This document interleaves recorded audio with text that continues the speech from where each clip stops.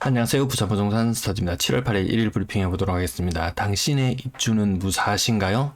떨고 있는 갭투자, 여기에 대해서 한번 다뤄보도록 하겠습니다. 자, 주간 실거래 지수 부산 지난주에 이어서 마이너스 0.02%, 전세는 지난주에 이어서 마이너스 0.01%, 매매와 전세 모두 약세를 보이고 있습니다. 한 분이 댓글을 달아두셨는데요. 아직도 꿈에 부풀어 있는 분들이 계시다. 예고편을 보셨잖아요. 예고편을. 서울마저도 떨고 있는 이 와중에 수억씩 뚝뚝 떨어진다는 인천과 경기도의 소식을 접하면서 아직도 부산만 건재할 거라는 착각에 불과한 것 같습니다. 자, 부산 지역 지난주에 이어서 마이너스 0.02% 하락을 시작한 지는 지금 3주가 되었는데요.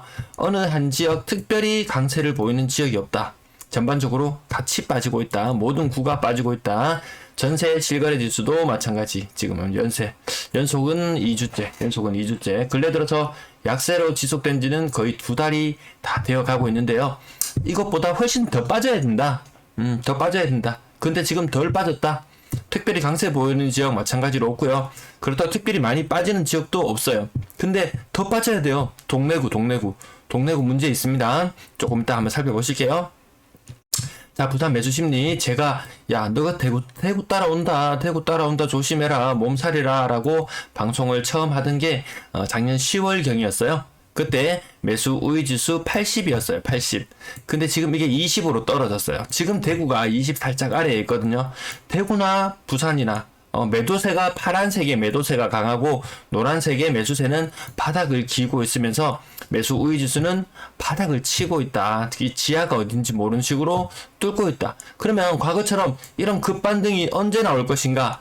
지금 급반등 나올 조짐이 보이나요? 또 장시간의 기간 조정을 거쳐야만 이 급반등이 나올 수 있는 그런 상승을 할 수 있는 힘을 응축할 수 있는데 지금 그런 응축 구간 들어가지도 않았다. 배도 물량, 임대 물량 보시겠습니다. 조금 이례적인 흐름이 나타났는데요. 어제 늘어나고 어제 줄어들고 오늘 늘어나야 되는데 어제 이색적으로 늘어나더니만 오늘 줄어들었어요. 매물 42,322건인데요. 과거에 작년 허위매물 신고 계도 기간이 있었잖아요. 그때 43,000건의 매물이었어요. 거의 그때하고 육박할 정도, 거의 같은 수준의 물량이 있고요. 허위매물이 소멸되고 나서는 38,000건.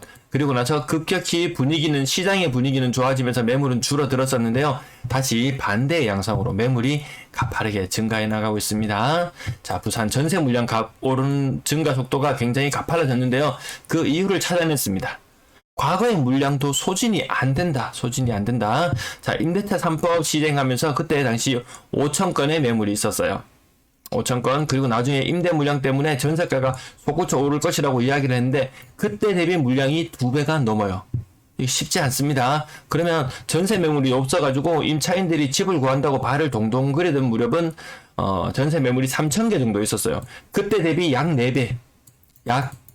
4배 정도의 물량 증가가 있어요. 근데 이게 시작이 아닐 것 같아요. 이 증가세 이제 시작이에요. 제가 활처럼 이렇게 꺾여서 올라간다는 말씀 자주 드렸었는데 전세 물량 가파르게 늘어나고 이어서 월세 물량 가파르게 늘어나는 현상이 나타나야 되는데 다음에 보여드릴게요.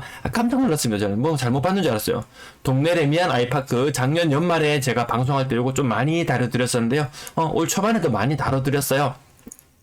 입주를 시작했는 게 12월이에요. 12월에 3,800세대 엄청난 세대 입주를 했잖아요. 그럼 지금쯤 이제 해소가 다 됐어야지.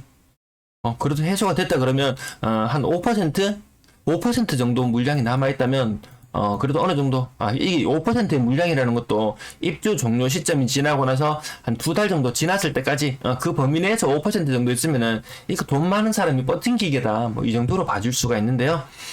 지금 352건이 남아있어요. 약 10% 정도 물량이 입주를 시작한 지 벌써 반년 이상 지났잖아요. 입주 기간이 종료되고 나서도 벌써 거의 반년이 다 돼갈 이 지경에 와 있는데요. 물량이 줄어들지 않고 352건 이렇게 많이 있어요. 그럼 이게 EI만의 문제냐? 괴정 한신도유는 오히려 상태가 더 심각하다고 볼 수 있어요. 괴정 한신도유 비슷한 시기에 입주를 시작했는데요. 835세대 중에서 전세 매물만, 월세는 빼고요. 전세 매물만 111세대가 남아있어요. 비율로 따지면 거의 이거는 한 15%. 그래도 동네 레미안 아이파크는 9%. 물량은 절대 물량은 많지만 이 남아있는 비율로 봤을 때 굉장히 해소가 안 되고 있다. 당신의 입주는 무사하신가요? 갭 투자도 뭔가 재미를 보려면은 어느 정도 갭이 있어야 되는데 전세가가 점점 떨어지고 있는 현상 여러분도 보이시죠? 그래서 갭 투자들이 굉장히 곤혹을 치르고 있는 그런 모습을 보이고 있습니다. 지금 현재로는 뭐 1억 이하 이렇게 막 나중에 투자했던 거 있잖아요. 걔들은 7억세 1%밖에 안 돼. 문제없어. 사. 그렇게 해서 임대차 시장을 혼란에 빠뜨려 놓고 그러고 나서 시간이 얼마 지나지 않은 시점 지금 손을 털고 나오려고 해도 발이 묶여서 나올 수가 없는 그런 지경이라고 하죠. 1억 미만 투자했던 사람 지금 뒤에서 눈물을 흘리고 있다는 그런 이야기도 들리고 있어요. 제 아는 지인 한 다리 건너서 그분은 이 재건축을 할 때만 해도 완전 웃음꽃이 활짝 피었어요. 빵긋빵긋 웃고 다녔어요. 빵긋빵긋 이렇게 웃고 다녔어요. 근데 얼마 전에 만났을 때 이 사람 이렇게 되어 있었어요. 볼살이 쏙 들어가고 사람 인상이 다 나빠져 있었어요. 그 집 재건축 성공하고 다 입주할 시점이 되면 모든 문제가 다 전세금 받아도 모든 게 다 해결될 줄 알았는데 야, 이거 해결이 안 되는 거예요. 세입자도 안 구해지는 거예요. 이 사람이 이렇게 가는 게 좀 보면 안타까운 마음도 듭니다. 하반기 살펴봤고요. 상반기 입주 그리고 2022년 하반기도 제가 자료를 조사해 보려고 했는데 야 이거 상반기도 이거 해소가 안 되는데 하반기는 무슨 하반기냐. 가장 최근에 입주했는 이 편한 세상 서면도 센트럴 약 1000세대 중에서 지금 300세대 정도 전세 물량이 나와 있어요. 이 말인즉슨 저는 이 30% 정도 전세 물량이 나와 있다. 월세 빼고요. 전세 물량이 나와 있다. 그럼 여기는 투자 수요가 많이 들어와 있다. 이렇게 보거든요. 이것도 투자 수요가 많구나. 힐스테이트 명륜 2차 요거 이름 바뀌었나요? 네, 이름 살짝 바뀌었는 것 같은데 아무튼 요것도 남아있는 것이 세대수가 230세대. 이 결코 적지 않죠. 이것도 거의 30% 가까운 입주 물량이 남아있는 거죠. 그 외에 자질구레한 것들도 굉장히 많이 남아있어요.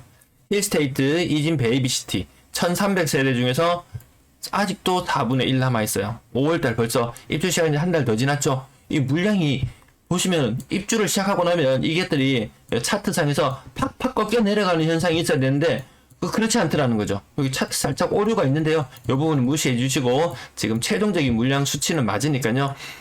그러면 제가 어느 정도면은 안정권이냐, 뭐 세대수가 많건 적건을 떠나서 한 50건 밑으로 접어들면은 그래도 안정권으로 본다. 저는 이렇게 주로 이야기를 하는 편인데요. 근데 입주했는지 한 두어 달 됐는 이 아파트들, 신만득, 베스티움, 에코포레, 부산 오션시티 푸르지오, 부산 오션시티 푸르지오도 전세 물량이 171, 네, 10% 이상 아직 남아 있습니다. 이것도 언제 해소가 되어 나갈지. 부산 오션시티 푸르지오 회색 선으로 되어 있는데요. 지금 굉장히 많은 거예요, 지금. 급격하게 입주 시작하고 나서부터 급격하게 매물이 빨리 소진되어 가야 되는데 소진이 안 돼요. 신축도 소진이 안 되는데 그나마 전세가도 떨어지고 있는 와중에 소진이 안 되는 와중에 야, 구축은 또 오죽할까? 신축은 그래도 어떻게든지 꾸역꾸역 시간이 지나면 채워지긴 채워져요. 근데 그 기간 동안 이 임차인을 구하는 사람들의 애타는 마음 아는 사람만 알 것 같습니다. 부산 월세 물량은 지금 조금 전세보다는 상승이 되었는데요. 시간이 지나면요. 이 월세가 전세보다 더 가파르게 증가한다고 종종 말씀드려요. 마찬가지로 7월 31일자 보면은 3,000건 조금 넘어가는 수준에서 임대차 3법으로 위기가 올 거라고 했는데 월세 물량도 그때 막 언론에서 온갖 이야기를 하고 떠들어대고 했던 그것들과 양상은 다르게 매물은 오히려 2배 정도 증가했습니다. 전체 임대 물량은 가파르게 늘어나고 있습니다. 연초 대비는 무려 이거 뭐 3,500세대? 네, 3,500세대. 거의 30% 가까운 물량 증가가 있었습니다. 물량이 가장 적었을 때, 임대 물량이 가장 적었을 때는 어느 정도였냐면은 7,500건 되나요? 그때 대비 10,000건 이상, 2배 이상 물량이 늘어나 있다. 이렇게 보시면 될 것 같습니다. 자, 거래량 거래대금 보시겠습니다. 앞에 말씀이 좀 길었어요. 68건, 68 자주 나오는 숫자 또 나왔어요. 자, 거래량 과거로 회계해 나갑니다. 신고가 비율 20% 정도 되고요. 동네 럭키 15% 정도 하락, 보합도 있고 광안 현대 하이페리온 이거 한 25% 정도 하락, 명륜 아이파크 1단지 20% 정도 하락, 엘크루 블루오션 요거는 보합 정도, 쌍용예가 한 10% 정도 네, 명륜동, 쌍용회가 그 외 보합 정도는 빼고요. 레미안 장전 거의 한 15% 이상. 네, 그리고 56도 SK뷰 30% 정도. 보합 요거 두 개 보합으로 퉁칠게요. 자, 그리고 다음 페이지도 한번 보실게요. 신고가 간혹 가도가 높으면 한 20% 정도 올라가는 신고가 한 건 띄고 한 10% 정도 하락하는 것이 주류를 이루고 있는 가운데 그래도 신고가 나오긴 나옵니다. 병산 프리덤 한 50% 정도 상승했는 것도 나오고요. 그 다음 한 10% 정도 하락하는 게 주류를 이룬다. 요거 두 개 퉁치고 나더라도 이 하락이 이렇게 많은데 마이너스 0.02%. 야, 우리도 좀 시원하게 좀 빼자. 부산 부동산들 좀 시원하게 좀 지수 좀 빼자. 옆에 있는 대구 봐라. 지수 쭉쭉 빼더니만 같이 다시 조정적 생적 해제해 주잖아. 그런 기대감으로 또 사는 사람들도 있습니다. 한 10% 정도 하락한 거래 나오고요. 버티면 된다. 나라에서는 어차피 건설기기를 부양하지 않고는 어떻게 해결되지 않는다. 내수를 살리기 위해서는 할 수밖에 없다. 너무 강인한 믿음. 이것이 배신으로 돌아올 수도 있다는 것. 건당 거래대금 하락 추세 거의 3억대는 살짝 넘어섭니다. 그래도 자, 거래량이 많이 줄어드는 모습으로 나타날 것 같고요. 3억 미만 거래 비중 올라가고 있고 앞에 부분이 설명이 좀 길어서 뒷부분은 조금씩 생략할게요. 6억 이상 비중은 줄어들고 있고요. 분양권 6건 중에 신고가 1건. 신고가 어제도 나타나고 간혹 신고가가 나타나긴 하지만 크게 영향가 있어 보이진 않는다. 전반적으로 힐스테이트 4역부터 시작해서 오션라이프 엘리넷들이 2단지 한 0.5억 정도 부산 오션시티 부르지요. 요거 가격이 점점 빠지고 있죠. 점점 빠지고 있어요. 전세도 안 빠지죠. 전세도 안 빠지고 있고 답답한 마음에 어쩔 수 없이 털어내는 경우들. 그것이 직거래가 되었건 중고의 거래가 되었건 어쨌든 나중에 그 가격이 시장 가격으로 되더라. 그것을 대구에서 꾸준히 지켜봐 왔습니다. 자, 전세 거래량 1984건 신고가 비율 한 7, 8% 정도 되나요? 억 단위로 하락하는 것들만 동그라미를 쳐볼게요. 자, 한 거의 뭐 한 절반 정도 억 단위로 하락하고 있습니다. 자, 이것이 신축이 되었건 구축이 되었건 뭐 크게 관계는 없다. 어차피 전반적으로 빠지는 흐름의 추세를 벗어나갈 수 없다. 제가 억 단위 동그라미 쳤는데 이렇게 많은 거 보이시죠? 근데 그 와중에는 한 2억 단위로 2.5억 이렇게 하락하는 것들도 중간중간에 끼어 있습니다. 어쨌든 그것이 전세는 비교적 최근에 거래들이 빨리 올라와요. 7월 7일, 7월 6일, 막 7월 7일 보이시죠? 그래서 초반에 전세 거래가 여기도 7월달 거 한번 체크해 볼까요? 7월달 거래.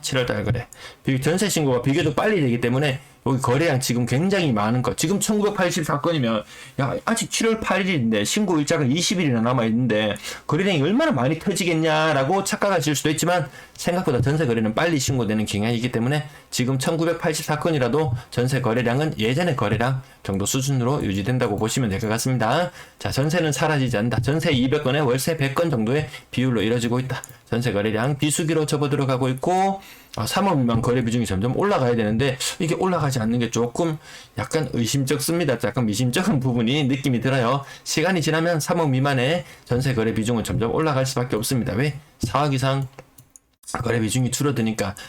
그래서 보니까 요 파란색 보시면요 3억에서 4억인데 이 구간이 좀 늘어나고 있네요. 좀 늘어나고 있어요. 요 구간도 아마 좀 더 축소될 것이고 결국에는 3억 미만의 전세 비중이 높아질 거예요. 이번 달에 금리 인상 눈여겨 보셔야 됩니다. 빅스텝이라도 밟게 되면은 과거 여기 스몰 스텝 그냥 0.25% 오를 때는 요것이 시장에 반영되는데 2달 정도 걸렸다고 했잖아요.